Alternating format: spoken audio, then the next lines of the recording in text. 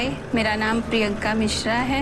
मैं कुकू की web series fantasy girl में काम करने आई हूँ और ये मैं बोल्ड सीन इंटीमेट अपनी मर्जी से कर रही हूँ, जिसके लिए मुझे पेमेंट दिया जाता है। बहुत बेचैनी हो रही है। मुझे सर ने बताया था कि दूध वाली का कैरेक्टर है और बोल्ड सीन आपको करना है। मैंने बोला ठीक है, चलेगा। हाँ, ये मेरी पहली है बोल्ड सर ने बताया तो मैं उससे समझ गई, हाँ किसिंग सीन है और एंड ऑल। अभी पूछती हूँ। Role sound, roll camera and action. Arrows शब्द का मतलब होता है प्यार। यही चीज एरोटिका के मूल में है।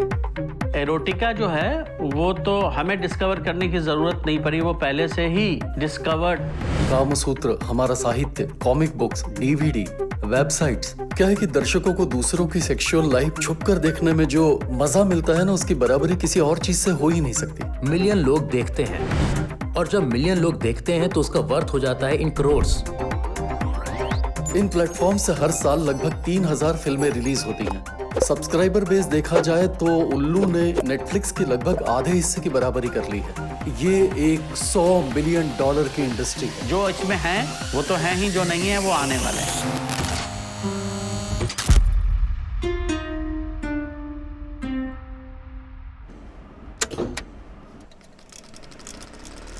सिनेमा अल्टीमेटली एक बिजनेस है। फिल्म निर्माता है जैसे तमिल, तेलुगु और मलयालम इंडस्ट्री के, उन्होंने इस आइडिया से फायदा उठाना शुरू किया और 70 के दशक में बोल्ड फिल्में बनानी शुरू कर दी।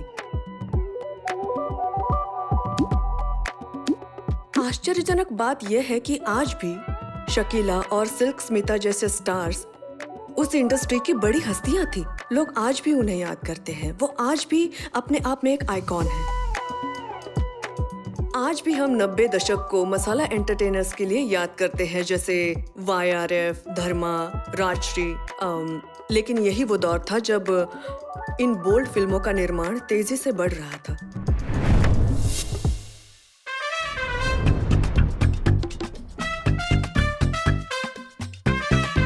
जैसे शाह ब्रदर्स थे, कांति शाह, किशन शाह, ये दोनों इस तरह के कंटेंट बनाने में माहिर थे जो कभी कभी तो बहुत अच्छी तरह से चलते थे। तो एक फिल्म लगभग 10 से 15 लाख रुपए में पूरी तरह से बनकर तैयार हो जाती थी और कभी कभी तो इस तरह की फिल्में इतनी हिट हो जाती थी कि वे लगभग 20 से 30 लाख के बीच कमाई कर जाती थी, मतलब कि खर्चे का दुगना।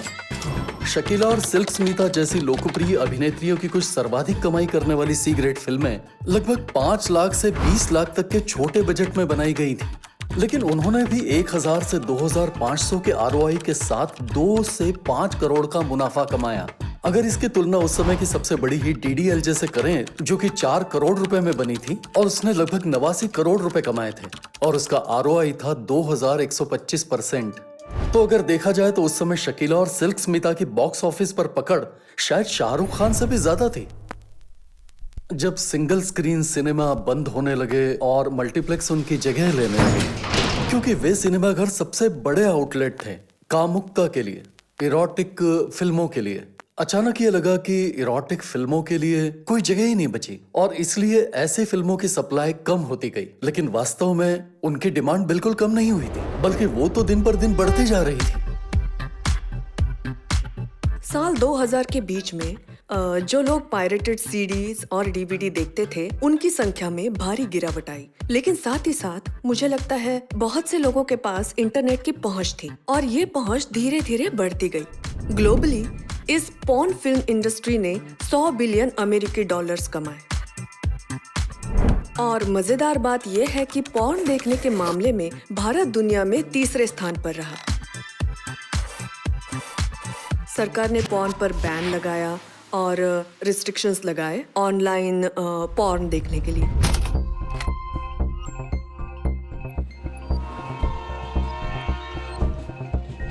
साल 2018 में भारत में लोगों के पास 400 मिलियन स्मार्टफोन्स थे।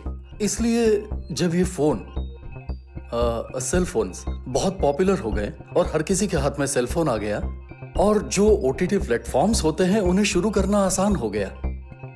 तब भारत में इरोटिक कंटेंट की बिक्री फिर से बढ़ने लगी। दरअसल हर किसी को ये आराम से उपलब्ध है। अब लोगों को इरोटिक सिनेमा देखने के लिए सिनेमा हॉल जाने की भी जरूरत नहीं है, क्योंकि वहां हमेशा डर बना रहता था कि वो देखते हुए आप पकड़े जाएंगे, और कोई भी पकड़ा जाना नहीं चाहता। ये ओटीटी प्लेटफॉर्म्स और टेलीफोन, सेल फोन्स एक ऐसा मौका देते हैं जिसके जरिए आप अपने घर पर या दफ्तर में आराम से बैठकर देख सकते हैं या फिर बाथरूम में।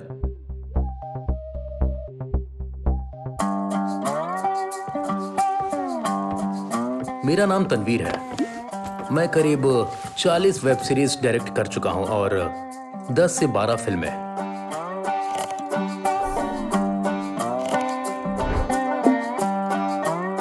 2017 ये वो साल था जब मैंने पहली बार इस इंडस्ट्री के बाप से बात की थी। मेरा मतलब एरोटिका इंडस्ट्री, और वो था यश ठाकुर।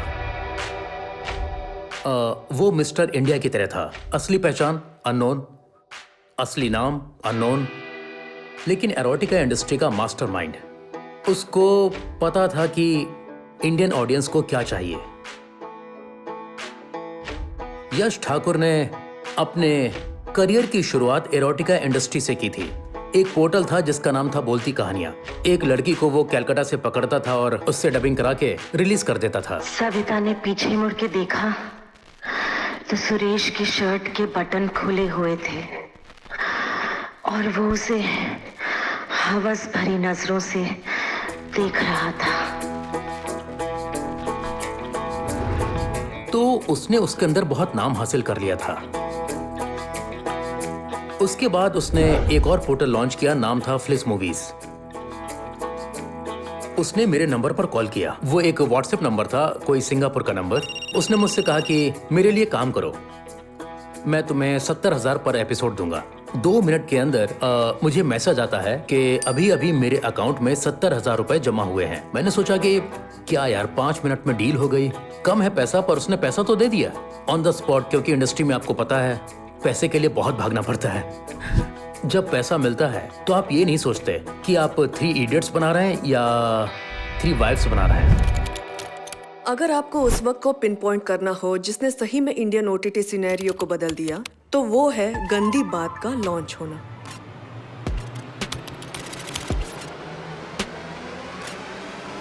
हर बार जब भी ये सीजन आता है, इसे इंस्टॉल करने वाले लोगों की संख्या के हिसाब से इस ऐप की पॉपुलैरिटी कई गुना बढ़ जाती है। उनके सब्सक्राइबर्स में 69% की बढ़ोतरी होती है, और इंटरेस्टिंग बात यह है कि उस शो का कंप्लीशन रेट 89% था। इसका मतलब है कि इतने सारे दर्शकों ने पूरा का पूरा एपिसोड देखा, पूरी सीरीज देखी और सब कहानियों से जुड़ गए थे। हालांकि ये ऑल्ट बालाजी ऐप पर मौजूद कई शोज में से एक था, वहीं ऐसे ही कंटेंट के साथ एक नया प्लेटफॉर्म उल्लू बनाया गया। सच्चाई यह है कि कई ऐप्स ने इसे अपनाया, और यह दर्शाता है कि यह कितना कामयाब रहा। 2018 में सिर्फ एक ओटीटी प्लेटफॉर्म था, और अब लगभग 60 से ज्यादा घरेलू खिलाड़ी हैं जो देसी इरोटिक कंटेंट बना रहे हैं। क्या आप विश्वास करेंगे, इन प्लेटफॉर्म से सालाना लगभग 3000 फिल्में रिलीज होती हैं।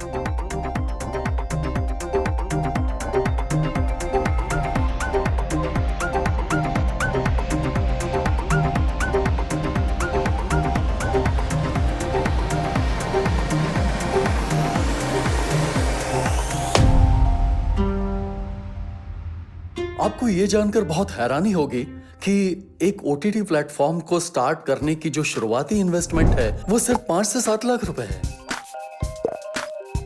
और पूरे ऐप के सेटअप के लिए शायद 1 करोड़ रुपए लगते हैं। आज 1 करोड़ रुपए की कीमत क्या है, और कंटेंट भी इतना सस्ते में बनता है कि इन 30 मिनट या 35 मिनट वाली इरोटिक फिल्मों का बजट लगभग 1.5 से 5 लाख होता है। एक अगर वेब सीरीज अगर आपने 3 एपिसोड की बनाई तो खर्चा आता है 2,10,000 रुपए। तो 2,10,000 में हम लोग बनाकर सारा खर्चा करके ओटीटी को भेजते थे, हमें उतना पैसा मिलता था। लेकिन वही चीज मिलियन लोग देखते हैं, और जब मिलियन लोग देखते हैं तो उसका वर्थ हो जाता है इन करोड़्स। तो जब हमारे पास से वो चीज 2,10,000 में जाती है तो उसका वर्थ ओटीटी पे आने के बाद करोड़ों में हो जाता है। अगर हम इसकी तुलना एक एपिसोड से करें फैमिली मैन सीरीज के, तो ये 5 करोड़ है, तो ये 5 लाख 5 करोड़ के कंपैरिजन में कहाँ बैठता है? मतलब उन्हें इतना सारा कंटेंट इतने रीजनेबल रेट में मिल जाता है और इसे बनाने की लागत, इंफ्रास्ट्रक्चर की लागत लगभग शून्य है। यही वजह है कि इसमें मुनाफा मिलना बहुत जल्दी से शुरू हो जाता है। अगर हम देखें तो साल 2023 में जो उल्लू का रेवेन्यू था वो 93 करोड़ था। रेवेन्यू था 93 करोड़ रुपए और उस पर मुनाफा था 15 करोड़ रुपए। दरअसल 20 करोड़ रुपए खर्च किए गए थे मार्केटिंग और प्रमोशन पर, और ये होना भी चाहिए था क्योंकि ये मुनाफे का बिजनेस है। नहीं तो इतना पैसा कोई मार्केटिंग और प्रमोशन पर क्यों खर्च करेगा? रिपोर्ट्स के मुताबिक उल्लू ने रिलीज होते ही गूगल प्ले स्टोर पर 1 मिलियन डाउनलोड का आंकड़ा पार कर लिया था। और क्या आप विश्वास करेंगे कि उल्लू के 2.1 मिलियन सब्सक्राइबर हैं? अगर इसकी तुलना नेटफ्लिक्स से करें जिसके भारत में लगभग 6.5 मिलियन सब्सक्राइबर हैं, तो सब्सक्राइबर बेस के हिसाब से उल्लू नेटफ्लिक्स के लगभग आधे तक पहुंच गया है। 12 से 28-30 वर्ष की उम्र वाले लोग इसके सबसे ज्यादा संभावित कस्टमर्स हैं। छोटे शहरों में रहने वाले लोग बड़े शहरों की तुलना में बहुत ज्यादा इरोटिक कंटेंट देखते हैं, वो इसका ज्यादा मजा लेते हैं। आप ये जानकर भी चौंक जाएंगे कि ग्रामीण इलाकों में महिलाएं इस तरह की फिल्में देख रही हैं। महिलाएं और बुजुर्ग इसे ज्यादा देख रहे हैं। तो कल्पना कीजिए कि एक ऐसे देश में, जैसा कि हमें लगता है, जहां हर कोई अमेज़न और नेटफ्लिक्स को सब्सक्राइब करता है, वो प्रॉफिटेबल नहीं है या उतने प्रॉफिटेबल नहीं है जितने ये इरोटिक प्लेटफॉर्म्स हैं। जहाँ तक मार्केटिंग और ग्राहक बढ़ाने का सवाल है, मुझे लगता है कि ये एरोटिका प्लेटफॉर्म एक अलग और प्रभावी सोशल मीडिया स्ट्रेटजी को फॉलो करते हैं। वो अपने ट्रेलर्स में अश्लील कंटेंट को आकर्षक रूप में दिखाते हैं, जिससे प्लेटफॉर्म का एक बड़ा सब्सक्राइबर बेस मोटिवेट होता है। तो उल्लू और कुकू सहित कई एरोटिका ऐप्स एडल्ट कंटेंट दिखाने के बावजूद प्ले स्टोर पर 12+ रेटिंग के साथ लिस्टेड हैं। एक और दिलचस्प चीज जो इन एरोटिका ऐप्स के साथ होता है वो है कि इन्हें कभी कभी प्ले स्टोर पर बैन भी कर दिया जाता है, लेकिन मुझे लगता है कि इसका भी तोड़ है, क्योंकि बैंड ऐप्स को डायरेक्टली इंस्टॉलेशन फाइल के तौर पर शेयर किया जा सकता है, जो कि यूजर मैन्युअली इंस्टॉल कर सकता है ऐप स्टोर रेस्ट्रिक्शन को बाईपास करते हुए। हॉटशॉट्स वेबसाइट पर गूगल ऐप आइकन पर क्लिक करने से गूगल प्ले स्टोर जैसा पेज खुलता है, लेकिन एक्चुअली में इंस्टॉल बटन ऐप की इंस्टॉलेशन फाइल डाउनलोड करता है। ये प्लेटफॉर्म अपना सब्सक्रिप्शन प्लान दर्शकों की देखने की आदतों के हिसाब से प्लान करते हैं।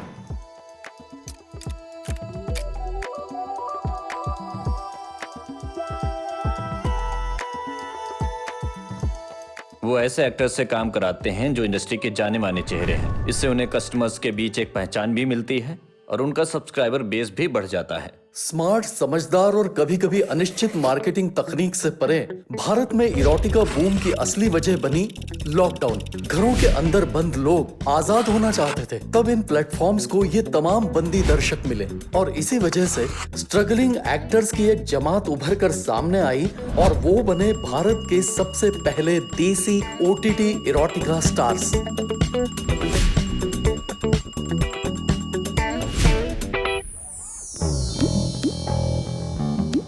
एक चीज जो मैंने देखी है, नेहा धूपिया ने सालों पहले कहा था, सेक्स और शाहरुख खान बिकते हैं। बिल्कुल सही कहा था। सेक्स चाहिए लोगों को। ये लोगों को रोजमर्रा की दिक्कतों और काम के दबाव से कहीं ऐसी दुनिया में ले जाता है जहां वो खो जाते हैं अपनी भावनाओं में, अपनी वासना में। अगर मुझे एक इंसान के तौर पर खुद के बारे में बताना हो तो मैं सबसे पहले ये कहूंगा, जो सब मुझे कहते हैं और मुझे भी महसूस होता है, कि मैं एक अच्छा इंसान हूं। जब पहली बार मेरे पेरेंट्स मिले, मेरी माँ इंग्लिश में पोस्ट ग्रेजुएशन कर रही थी और मेरे पिताजी असिस्टेंट प्रोफेसर के तौर पर इंग्लिश पढ़ाते थे और उन दोनों को प्यार हो गया। तो इसे यादगार बनाए रखने के लिए उन दोनों ने सोचा कि अगर हमारा लड़का होता है तो हम उसका नाम शेक्सपियर रखेंगे। शेक्सपियर त्रिपाठी। सारे डॉक्यूमेंट्स में मेरा यही नाम है, आप माने या ना माने। पैन कार्ड, आधार कार्ड, पासपोर्ट, हर जगह पर।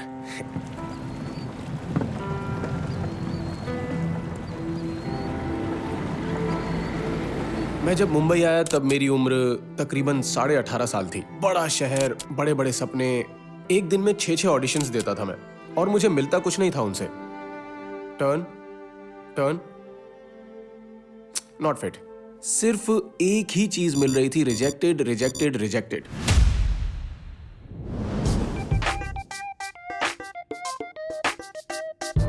मेरा नाम राजसी वर्मा है।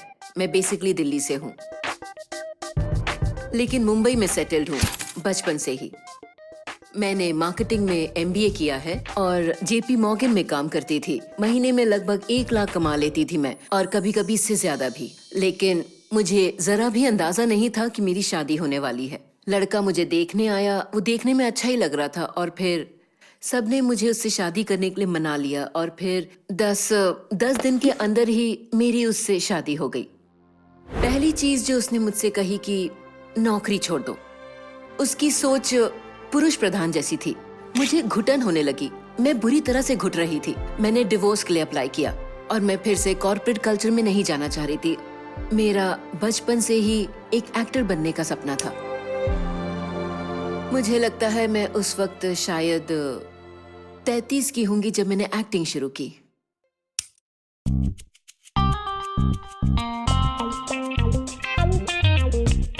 मैंने सावधान इंडिया और क्राइम पेट्रोल के ढेर सारे एपिसोड्स किए हैं, जिसमें ज्यादातर सीरियल्स में कैमियो रोल्स किए हैं, 1 साल से ज्यादा तक।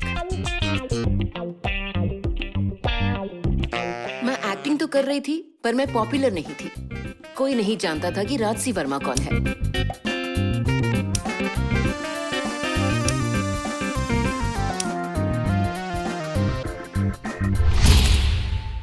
मेरा जन्म तमिलनाडु के मदुरई में एक बहुत ही रूढ़िवादी और कट्टर मुस्लिम परिवार में हुआ था। पैदा होने पर मुझे मोहम्मद जाफर का नाम दिया गया। मैंने जो अपने लिए नाम चुना, और जो मेरा लीगल और परमानेंट नाम भी है, वो है माया जाफर।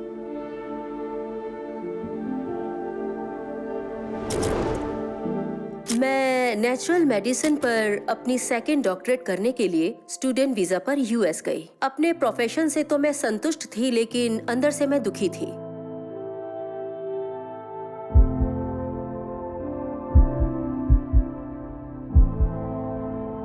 दो साल तक हार्मोन थेरेपी, साइकोलॉजिकल थेरेपी चलने के बाद मैं सर्जरी के लिए बैंकॉक, थाईलैंड गई, और फिर मुझे मिली मेरी सबसे बड़ी चाहत और इच्छा पूरी हुई, जिससे मैं एक संपूर्ण औरत बन गई, एक मानव योनि के साथ। तो वहां से ग्रेजुएशन करने के बाद मैं गई लॉस एंजलिस, हॉलीवुड, जहां मैंने प्रैक्टिस शुरू की और फिर एक अभिनेत्री के रूप में काम करना शुरू किया। मुझे लगा कि अब मेरा यहाँ कुछ नहीं हो सकता, क्योंकि मुझे एक ही तरह के रोल मिल रहे थे और मैं कुछ बड़ा और बेहतर करना चाहती थी। उनका एक टिपिकल वो इंडियन लुक चाहते थे, और मैं उस हिसाब से बहुत गोरी थी। तब मुझे समझ आया, इंडियंस को तो गोरे पसंद है। यस, यहीं पर मैं कुछ कर सकती हूँ। एंग्री यंग मैन देखा है अमिताभ बच्चन, रोमांटिक देखा है शाहरुख खान, मिथुन चक्रवर्ती को देखा है डांस, ऋतिक को देखा है कॉमेडी में, देखे हैं आपने एक्टर्स। सेक्स में कौन है? जैकी श्रॉफ बनने आया था, जॉनी सिंस बन गया।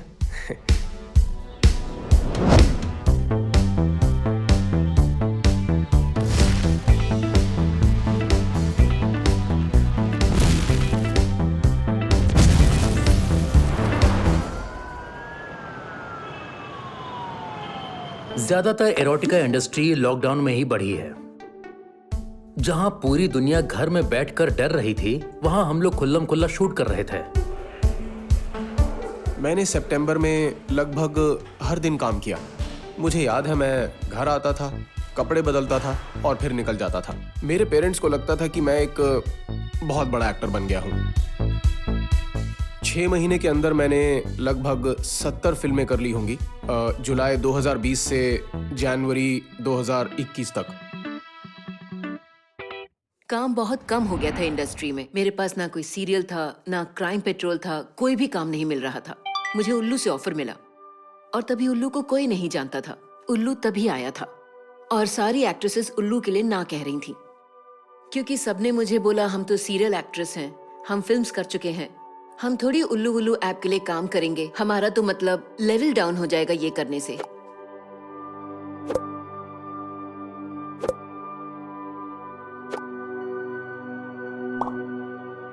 शुरुआत में मैं थोड़ी नर्वस थी, फिर भी मैंने हाँ कह दिया क्योंकि पैसे तो चाहिए, करना तो है, अभी ऑप्शन है ही नहीं मेरे पास।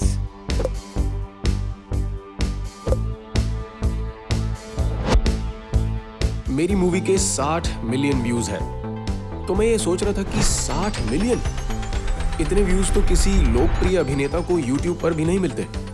और देख कौन रहा है? आम लोग देख रहे हैं। ऑप्शन नहीं था ऑडियंस के पास, वो कहीं जा नहीं सकते थे, थिएटर नहीं था, तो सिर्फ OTT, और OTT में एक नई चीज़ उनको मिल रही थी, तो रिमोट एरियाज में ये पहुंचने लगी। सब्सक्रिप्शन, रेवेन्यूज, वॉच टाइम, और ये बूम बना।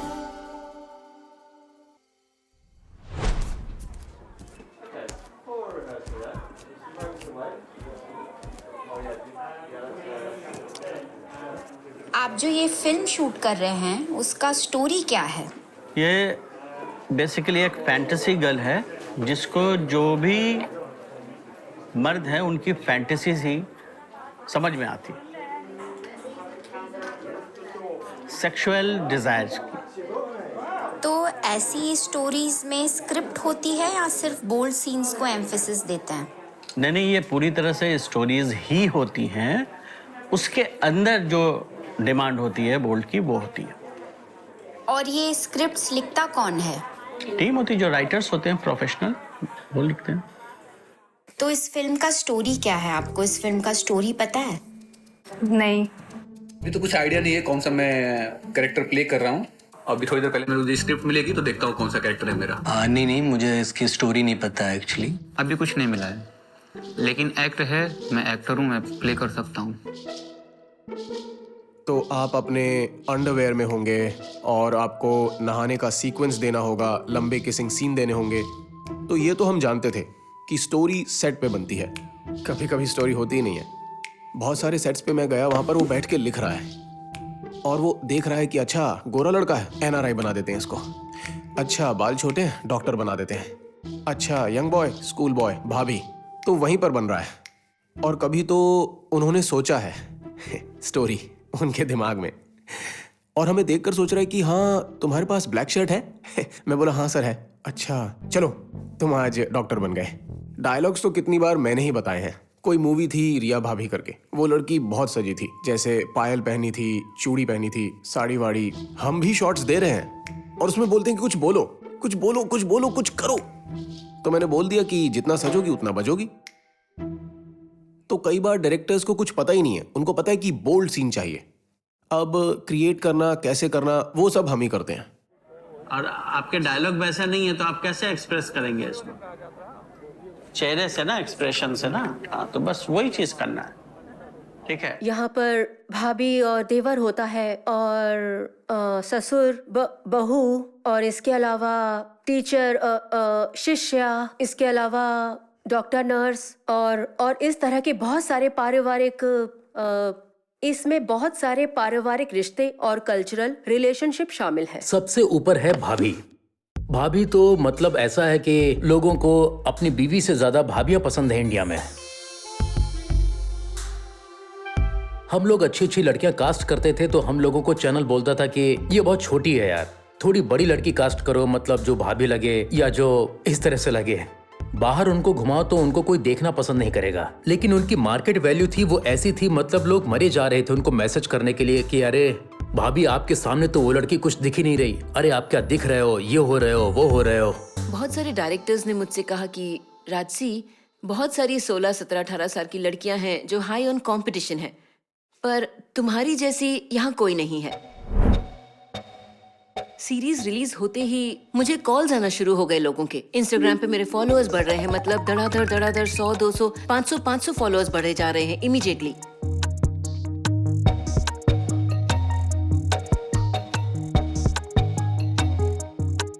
अभी तो जब भी मेरी कोई भाभी होगी तो उसे बोलने में मुझे बहुत शर्म आएगी क्योंकि पता नहीं है मैं ये देवर बन के कितने बड़े बड़े कांड कर चुका हूँ। जब कोई टीनेजर अपने बड़े भाई की शादी होते देखता है, फिर घर पर भाभी को देखता है, आमतौर पर इसी उम्र में हार्मोन्स में उफान आता है और फिर अपनी कल्पना की दुनिया में वो भाभी को लेकर अलग अलग कहानियां बनाने लगता है, क्योंकि वो उसके आसपास है, जीवंत है, वो कोई ख्वाब नहीं है।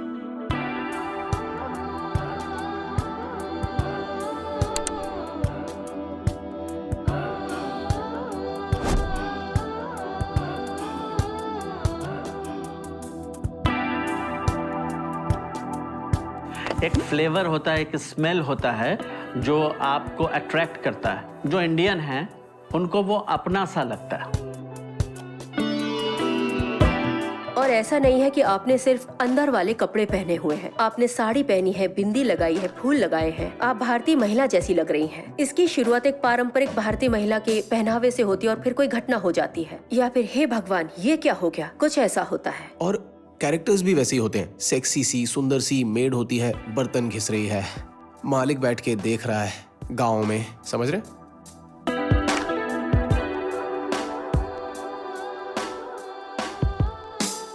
वो पैचेस उनको अच्छे लगते हैं, वो स्ट्रेच मार्क्स, वो नेचुरल ब्यूटी, कोई भरी है, पतली है, नेचुरल ब्यूटी चाहिए, ऐसा होता है। बेसिकली आदमी जो कर नहीं पाता, उसकी जो डीप डार्क फैंटेसीज होती हैं अंदर, जो हम सोसाइटी में डरते हैं बोलने के लिए, शेयर नहीं कर पाते, वो क्योंकि डायरेक्टर्स तो कभी सामने आते नहीं, तो अमूमन फैंटेसी का एक आइडिया क्रिएट करना होता है।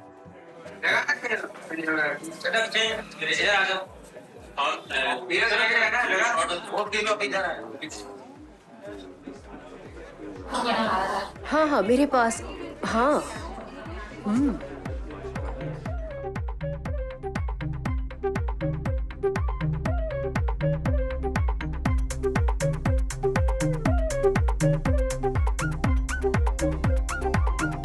जैसा लोग समझते हैं हम एक कमरे में एक कोने में जाके शूट करते हैं, ऐसा नहीं है। हमारा एक पूरा बड़ा यूनिट होता है, 40-50 लोग होते हैं, कैमरा होता है और लाइट्स, साउंड, प्रोडक्शन वाले, आर्ट डिपार्टमेंट सब होते हैं, एक आम मूवी सेट की तरह। बिल्कुल कैट वॉक करो, जाओ बिल्ली वाले पोजीशन में, फिर यस, बिल्ली चूहे को खाएगी। हैंड का भी मूवमेंट चलता रहे, डल नहीं लगे। हाँ, फील करो एक दूसरे को। पता है कुछ लोगों को लगता है कि इरोटिका करने के लिए एक्टिंग की जरूरत नहीं होती है, पर ये बिल्कुल भी सच नहीं है। आप एक घुटन भरी कंजेस्टेड रूम में हैं, हवा भी नहीं है, और उस छोटे से कमरे में 30 लोग और खड़े हैं, और आपके सामने जो मेल एक्टर है उसे आप बिल्कुल भी पसंद नहीं करते, और अब आपको ये दिखाना है कि आपकी जिंदगी का सबसे बेहतरीन संभोग उसी के साथ हुआ। उन्होंने मुझसे ये सीन कई बार कराया क्योंकि अलग अलग एंगल से दिखाना है, यहाँ से, यहाँ से, यहाँ से, और यहाँ इस तरह नीचे से भी। और पता है क्या करना पड़ा?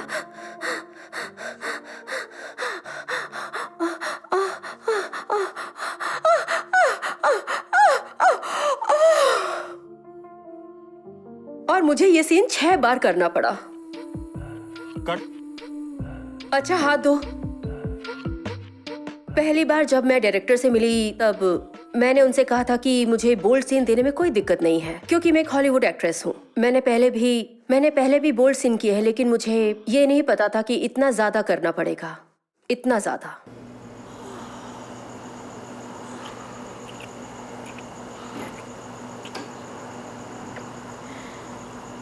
मैंने कभी अपनी लाइफ में नहीं सोचा था कि मैं कभी इस तरह का सीन स्क्रीन पर करूंगी, क्योंकि मैं एक राजपूत परिवार से हूँ, तो ये मेरे लिए एक वाकई बहुत बड़ी बात थी। लेकिन मैंने खुद को कहा कि भूल जाओ, क्योंकि मैं एक अभिनेत्री हूँ और मेरा काम है सेट पर आकर परफॉर्म करना। कोई फर्क नहीं पड़ता कि ये कपड़ों में है या बिना कपड़ों में।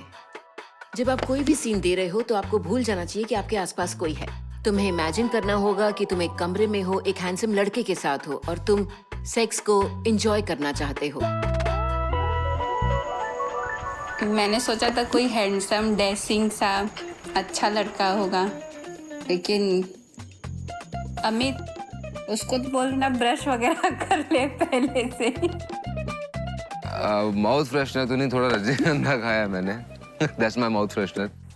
हाँ देखो उसके, हाँ नजरें झुकाए, उसका लट आ रहा है इधर, उसको ठीक करो तुम। हाँ कुछ लोग उतने साफ सुथरे नहीं होते, तब बहुत मुश्किल होती है। देखिए मैं बहुत मुंह फट और ईमानदार हूँ, तो मैं सीधे उन्हें कह देती हूँ कि आप मेल एक्टर को बदल दें, मैं इसके साथ कोई सीन नहीं देने वाली, एटलीस्ट इंटीमेट सीन तो नहीं। कुछ लड़कियां, प्लीज मुझे माफ करना, वो मेकअप में इतनी सुंदर लगती हैं लेकिन नहाई नहीं होती। अब मैं क्या बताऊं, अभी सीन करना है क्योंकि प्रोड्यूसर को तो आउटपुट चाहिए। उनको क्या जाता है ये नहाई है, खाई है, मरी है, काम निकालना है। कभी कभी आप बहुत थके हुए होते हैं, 3-3 बोल्ड सीन्स चलते हैं जो घंटों तक चलते हैं। जब तक ये सीन्स खत्म होते हैं मुझे ऐसा लगता है कि मैंने 100 क्रंचेस मार दिए हों। कभी कभी तो किसिंग सीन्स इतने लंबे होते हैं कि मेरे जबड़े दुखने लग जाते हैं और आप थक चुके होते हैं एकदम, मतलब बॉडी जवाब दे रही है आपकी, लेकिन आपको करना ही होगा। नॉर्मली जो बजट होता है वो 1 लाख से 2 लाख के बीच में होता है, बट वो फिर डिपेंड करता है कि उसमें कौन से आर्टिस्ट हैं, क्योंकि एक दिन में तो 24 घंटे ही होते हैं और कई बार हम लोग तो 48 घंटे भी शूट करते हैं, मतलब 2 दिन तक लगातार करते हैं, और ये सारी वजह सिर्फ बजट है। मुझे लगता है प्रोड्यूसर बहुत पैसे कमाता है, मैं दावे से कह सकता हूँ, क्योंकि मैंने उन्हें बड़ी कार्स और बड़े घर खरीदते हुए देखा है। खुद प्रोड्यूसर बहुत अच्छे स्वीट में रह रहा है और बाकी यूनिट को एक रूम में डाल दिया। हम्पिंग सीन कर रहे हैं और अंदर जान ही नहीं है क्योंकि कुछ खाया ही नहीं है। वो जो अभी चाय लेकर आया है वो कौन है? हाँ, उसको मैंने 4 बार बोला लेकिन बोला अभी, और बोलता है कि चाय नाश्ता सब कुछ खत्म हो गया है, इस तरह से बोल रहा है।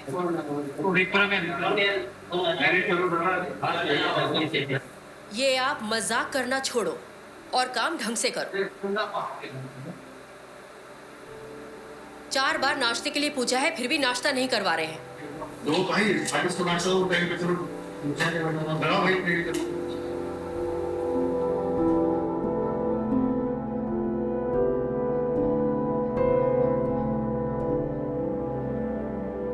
पता नहीं क्यों लोग क्या सोचते हैं कि जो लोग एरोटिक फिल्म या सेक्सी सीन करते हैं और जिस्म दिखाते हैं उन्हें ज्यादा पैसे मिलते हैं।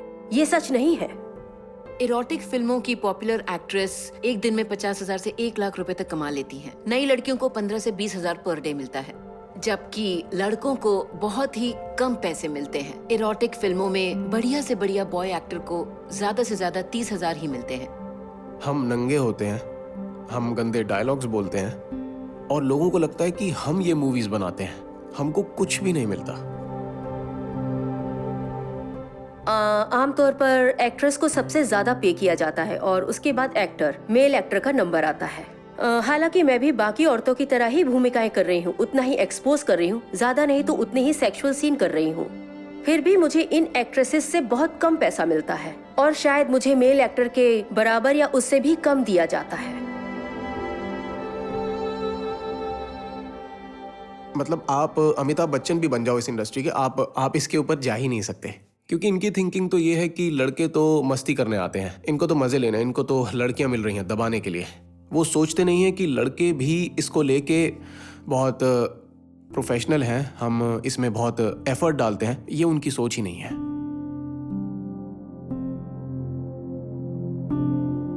कुछ एक्टर्स की कामयाबी को देखकर अब क्या हो रहा है कि बहुत सारी लड़कियां इस इंडस्ट्री में आने लगी हैं और वो 15,000 रुपए में पॉर्न फिल्म करने के लिए राजी हैं।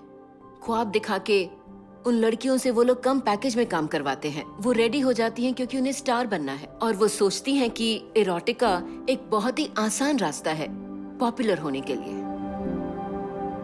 मुझे लगता है एरोटिका कंटेंट की दुनिया में दर्शकों के बीच में ये तमाम एक्टर्स जाने पहचाने चेहरे बन जाते हैं। ऐसी कई घटनाएं होती हैं जब दर्शक इन चेहरों से सीधा मिलना चाहते हैं, तो ज्यादा पैसा कमाने के लिए या अपने लिए अच्छा मोनेटाइजेशन मॉडल, फेम पाने के लिए अभी एरोटिका प्लेटफॉर्म के ये एक्टर्स सिर्फ फैन पेजेस पर ही काम करते हैं। ये बेसिकली उन पेजेस पर अपना ऐप बनाने की तरह है जिससे कि उनका मोनेटाइजेशन हो।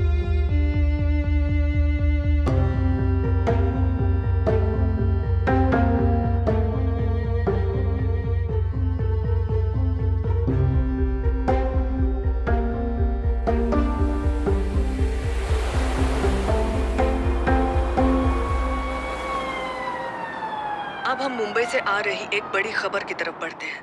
मुंबई पुलिस की क्राइम ब्रांच ने एक बड़े रैकेट का पर्दाफाश किया है, जिसमें पोर्नोग्राफी फिल्म बनाने वाली कंपनी झूठे प्रलोभन देकर जवान लड़कियों से अश्लील वीडियो बनाती थी। OTT पर अश्लील कंटेंट को लेकर की गई बड़ी कार्रवाई के तहत ऐसे 18 प्लेटफॉर्म्स को ब्लॉक कर दिया गया है। 121 वीडियोस को 1.2 मिलियन $US में बेचने की डील कर रहे थे। ये डील अंतर्राष्ट्रीय मालूम होती है। तनवीर एक अहम कड़ी है क्योंकि इस पूरे रैकेट की शुरुआत तब हुई जब उसको लेकर 5 लोगों की गिरफ्तारी हुई। उसने इसमें शामिल कई प्रोड्यूसर्स के नाम बताए। उसने कंपनी चलाने वाले एक व्यक्ति का भी नाम लिया है। तनवीर हाशमी ने ये कहते हुए चिंता जताई कि ये इरोटिका है, ना कि कोई पोर्नोग्राफी।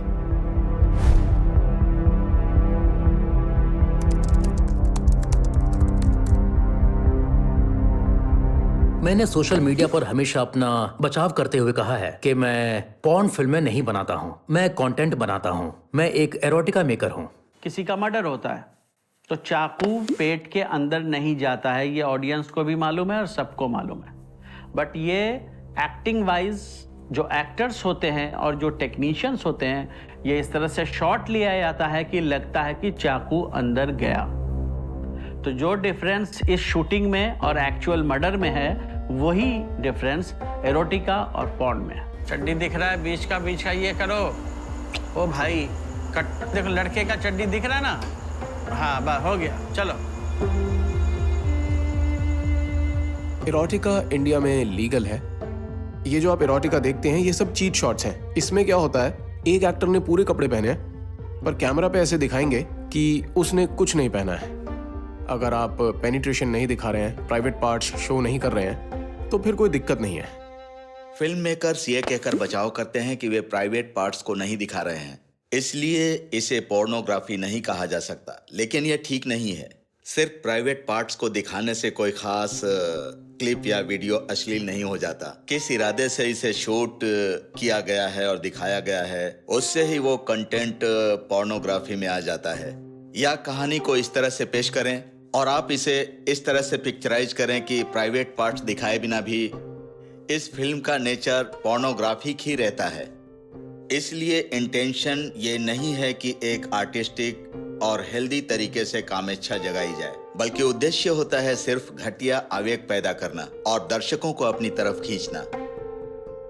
हम इस चीज के पीछे नहीं छुप सकते कि ये एरोटिका है या फिर ये कोई पॉर्न है। सवाल ये है कि क्या उन 100 मिनटों में से 1 सेकंड ने भी किसी दर्शक को सेक्सुअली उत्तेजित किया है या नहीं।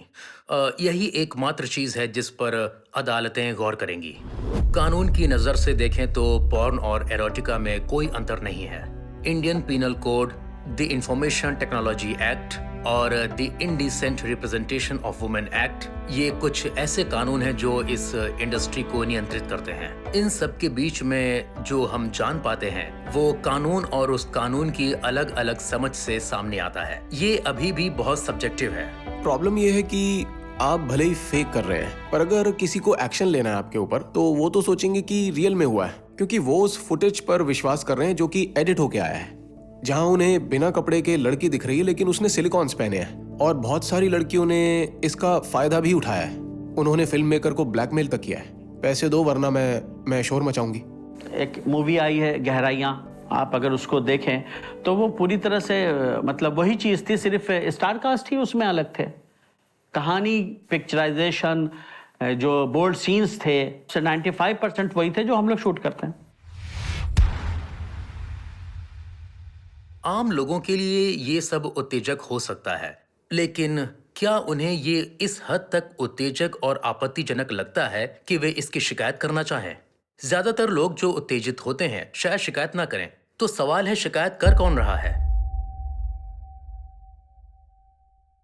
इनमें से ज्यादातर ऐप अभी ब्लॉक हैं, लेकिन इन्हें अभी भी डाउनलोड किया जा रहा है, इनका प्रचार हो रहा है और इनके डाउनलोड और एक्टिव यूजर्स उनसे कहीं ज्यादा हैं जो प्ले स्टोर या ऐप स्टोर पर मौजूद हैं। सरकारी प्रतिबंधों के बावजूद, क्योंकि इसको बंद करके फिर से शुरू करना आसान है और इंफ्रास्ट्रक्चर आपको दोबारा बनाने की जरूरत भी नहीं पड़ती। आप वही इंफ्रास्ट्रक्चर और वही कंटेंट उपयोग में ला सकते हैं और बस हो गया, आपने नया बिजनेस शुरू कर दिया। अगर आप उन कॉर्पोरेट एंटिटीज को देखेंगे जो इन प्लेटफॉर्म्स के मालिक हैं, तो आप पाएंगे कि उनमें से ज्यादातर भारत के बाहर स्थित हैं। सरकार चाहकर भी भारत के बाहर स्थित इन प्लेटफॉर्म या कंपनियों के खिलाफ कोई भी फैसला प्रभावी ढंग से लागू नहीं कर सकती। इसके लिए सरकार को बहुत ज्यादा मेरा मतलब पेपर वर्क करना पड़ेगा, बहुत ज्यादा फॉलो अप करना पड़ेगा और इसे प्राथमिकता देनी पड़ेगी।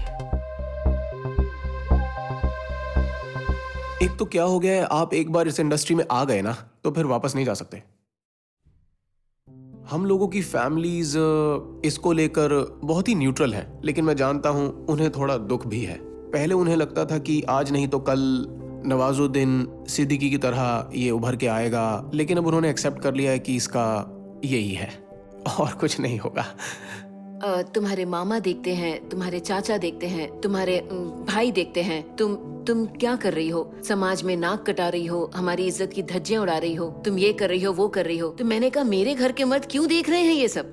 आपके घर की बेटी स्क्रीन पर कपड़े उतार रही है तो आप लोगों को इतनी तकलीफ होगी। मैंने कहा वो सालों से किसी और की बेटियों को जब स्क्रीन पर देख रहे थे तब आपको तकलीफ नहीं हो रही थी? मेरा एक दोस्त, मेरा बहुत ही करीबी दोस्त, मेरा मेल फ्रेंड है, और हाँ, उसने मेरा एक क्लिप देखा रेडिट जैसे कोई ऐप पे। वो एक नॉर्मल क्लिप थी जिसमें थोड़ी बहुत उत्तेजना थी, और उसने तुरंत ही मुझे स्क्रीनशॉट भेजा और बोला कि वाकई में तुम्हें ये सब करने की जरूरत है? मतलब तुम ये सब कर क्यों रही हो? जब मुझे प्रॉब्लम्स आते हैं, जब मुझे जरूरत होती है, तब कोई नहीं आता देने के लिए, कोई खड़ा नहीं होता, चाहे वो कितना अच्छा दोस्त क्यों ना हो। और ऐसे वेब सीरीज से मुझे नाम मिलता है, पैसे मिलते हैं और सब कुछ मिलता है, लोग पसंद करते हैं। वही दोस्त जो गलत बोलते हैं वही पसंद करते वेब सीरीज को, और रात में वही मूवीज देख देख के उनका। मुझे डेथ थ्रेट्स मिलती रहती हैं।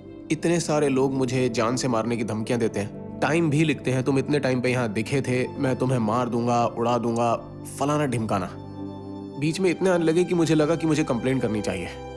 तुम्हें किसने इस तरह की बातें मेरे सोशल प्रोफाइल पर लिखने की इजाजत दी कि तुम मेरा डिक सक करोगे? सिर्फ इसलिए कि हमने गंदी बात बनाई है, और गंदी बात तुम्हारे जैसे कमीनों के लिए नहीं है। अभी आप क्राइम पेट्रोल को ले लीजिए, उसमें कितना क्राइम दिखाते हैं। क्या लोग सब मारने चले जाते हैं सबको? आप 80s और 90s की फिल्म्स देख लीजिए, कितने रेप सीन्स होते थे उसमें। ये एक एंटरटेनमेंट है। उल्टा इससे जो फ्रस्ट्रेटेड लोग होते हैं उनको संतुष्टि भी मिलती है। रात को देखते हैं, मास्टरबेट करते हैं और सो जाते हैं, खत्म। चाहे वो पॉर्न हो या तथाकथित इरोटिका, जब आप इसका सेवन करते हैं, इसको देखते हैं, तो इसमें लत लगने वाली चीजें हैं। एक युवा, भले ही उसकी शादी एक सुंदर लड़की से हुई हो, वो कुछ नहीं कर पाता है, वो उत्तेजित नहीं होता है, उसमें कोई तनाव नहीं आता है, जबकि उसके साथ कोई ऑर्गेनिक प्रॉब्लम नहीं है। हम डॉक्टरों ने इस पर शोध किया, टेस्टिंग किया, और वे बिल्कुल तंदुरुस्त और सामान्य थे, लेकिन उन्हें उच्च स्तर की उत्तेजना की आवश्यकता होती है जिसके वे आदी हैं। क्योंकि एक साधारण पत्नी लाइट बंद करने के लिए कहती है, कपड़े उतारने में समय लेती है, शर्माती है जब वो एक दूसरे के जिस्म को छूते हैं, जब वो थोड़ा आक्रामक होता है तो वो सिमट जाती है। ये उसे एक्साइटिंग नहीं लगता, और इसीलिए उसे कोई तनाव नहीं होता है। जब वो परफॉर्म नहीं कर पाता, जिसको हम नॉन कॉन्जुमेशन ऑफ मैरिज कहते हैं, मैंने शादियों को टूटते हुए देखा है।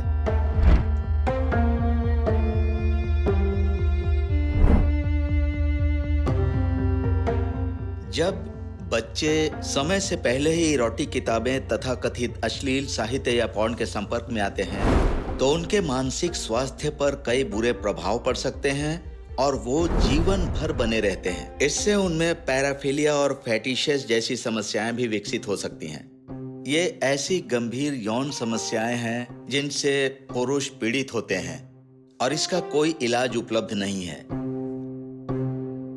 जो लोग इस तरह की सॉफ्ट पॉर्न फिल्मों में काम करते हैं, ऐसा नहीं है कि वे सही में किसी यौन रोग से पीड़ित रहते हैं, लेकिन अक्सर वे यौन संबंधों में रुचि खो देते हैं, बहुत जल्दी ही, सामान्य लोगों की तुलना में लगभग 1.5 दशक पहले।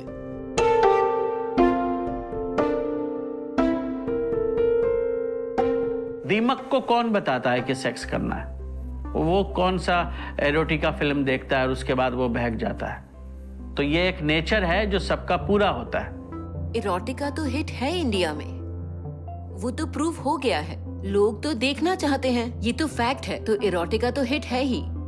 बस अब इसको अगर एक लीगल कॉन्फर्मेशन मिल जाए कि भाई हाँ this is okay, mark my word, कुछ ही साल के अंदर आपको लगेगा कि इंडस्ट्री जो एग्जिस्ट कर रही है उसमें से वन ऑफ द पार्ट ये है। जो इसमें हैं वो तो हैं ही, जो नहीं है वो आने वाले हैं। कुछ बहुत लोकप्रिय अभिनेता भी इस तरह के शो कर रहे हैं जो कि एरोटिका बेस्ड हैं। मुझे लगता है कि ये एक मिसाल कायम करेगा और ये एक बहुत मजबूत संदेश देगा कि हम ऐसी कहानियां बताना चाहते हैं। आपको मैं बता दूं, शाहरुख खान ने एक पुराने इंटरव्यू में बोला था कि मुझे हमेशा से पॉर्न स्टार बनना था। सिल्वेस्टर स्टैलोन एक अडल्ट फिल्म स्टार थे, जैकी चैन, आर्नोल्ड जो एक सेनेटर है, ब्रूक शील्ड्स, मर्लिन मुनरो, सबने अडल्ट काम किया हुआ है। लेजिटिमेट होता तो शायद आज तो मैं शायद सलमान खान के ऊपर होता, शाहरुख खान के ऊपर होता। ऑफ कोर्स ये एक दिन खत्म होना ही है, बिकॉज मैं हमेशा तो जवान खूबसूरत नहीं रहने वाली हूँ। मैं भी बूढ़ी होंगी, मैं भी कोई बिजनेस करूंगी, मैं कुछ तो करूंगी, लेकिन मैं बहुत ही अच्छी जिंदगी जीने वाली हूँ, ये मैं जानती हूँ। और मुझे लगता है किसी भी इरोटिका एक्टर को ये नहीं सोचना चाहिए कि मेरा फ्यूचर क्या होगा। फ्यूचर की कहूँ तो, सच कहूँ तो बहुत बड़ा सवाल है उस पे। मतलब जब तक जवानी है तब तक दुनिया दीवानी है। बाद में जब मैं बूढ़ा हो जाऊंगा तो तब शायद मुझे बूढ़े के रोल्स मिलेंगे। कोई ठरकी ससुर, अंधा ससुर, ड्राइवर, जो भी बुढ़ापे में मैं वो भी करूंगा। मैं स्वस्थ, धनवान और आर्थिक रूप से बहुत सक्सेसफुल होना चाहती हूँ। मैं जितना हो सके उतना हॉट और सेक्सी और फेमिनिन दिखना चाहती हूँ। और फिर अगर कोई सच्चा और अच्छा आदमी मिलता है तो मैं जिंदगी भर उसके साथ रहना चाहूंगी। एक अच्छे आदमी के साथ एक सच्चा रिश्ता जो मुझे इसी तरह स्वीकार करे और जो मेरे सभी सपनों में मेरा साथ दे। और ये ना भूले कि मैं एक डीवा हूँ। जिनको लगता है कि हमें ये चीज नहीं करना चाहिए, वो कहीं से भी गलत नहीं है, बट वो अपनी ये प्रिंसिपल खुद पे लागू करें और ना देखें। मैं जो बनना चाहता हूँ, जब तक मेरी अंतरात्मा, जब तक मेरी निष्ठा और मेरी ईमानदारी कहती है कि इस कंटेंट को बनाने की जरूरत है, मैं ऐसा करना जारी रखूंगा।